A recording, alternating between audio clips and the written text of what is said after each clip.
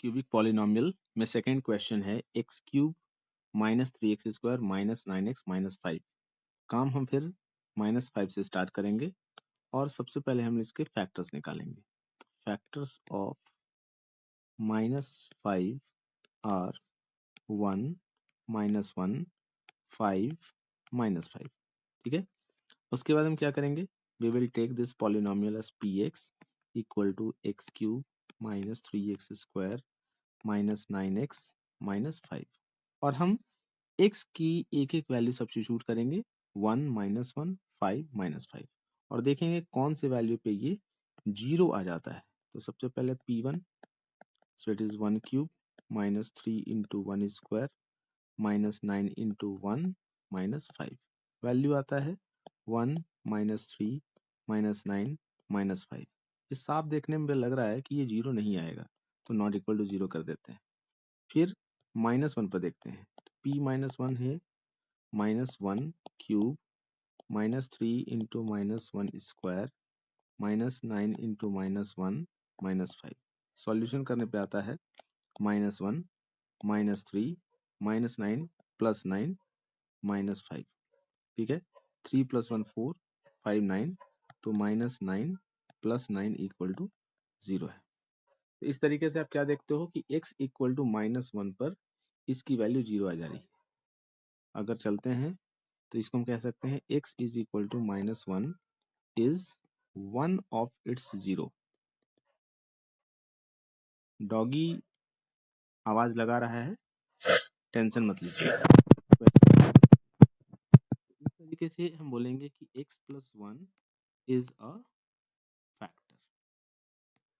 ठीक है, क्वेश्चन है x cube minus 3x² minus 9x minus 5, जहां पर हमने ये पाया है कि x + 1 एक फैक्टर है।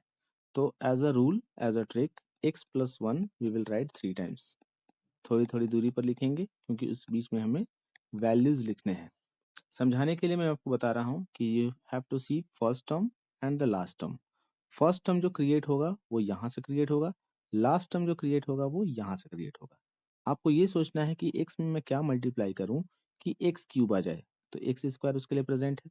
ठीक है, 1 में ऐसा क्या मल्टीप्लाई करूं कि -5 आ जाए, तो उसके लिए आपके पास -5 ही होगा, क्योंकि -5 into 1 will be -5। x² into 1 is x cube.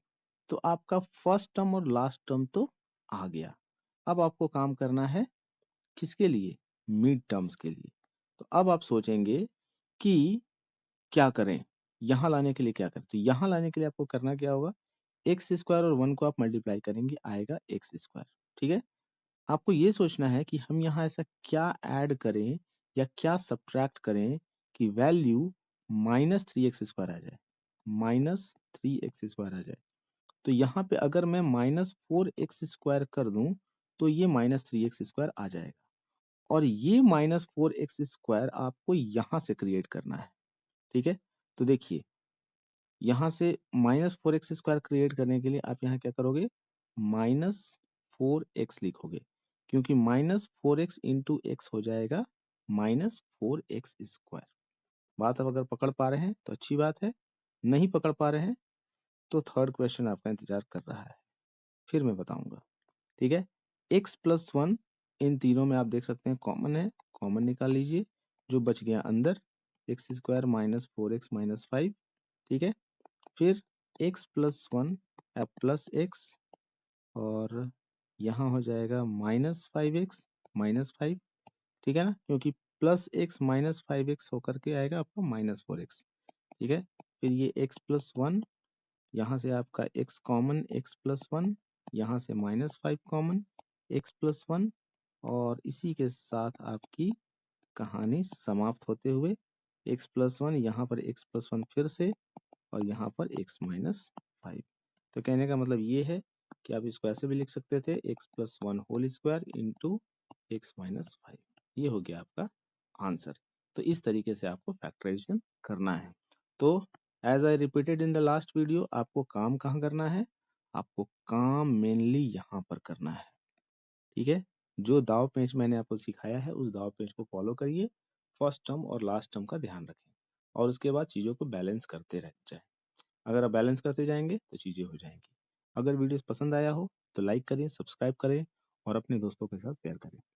ठीक है, समझ नहीं आया तो कमेंट बॉक्स में क्वेश्चन 3 टाइप करें, मैं क्वेश्चन 3 के साथ आपको फिर से इसी चीज़ को समझाऊंगा। Thank you.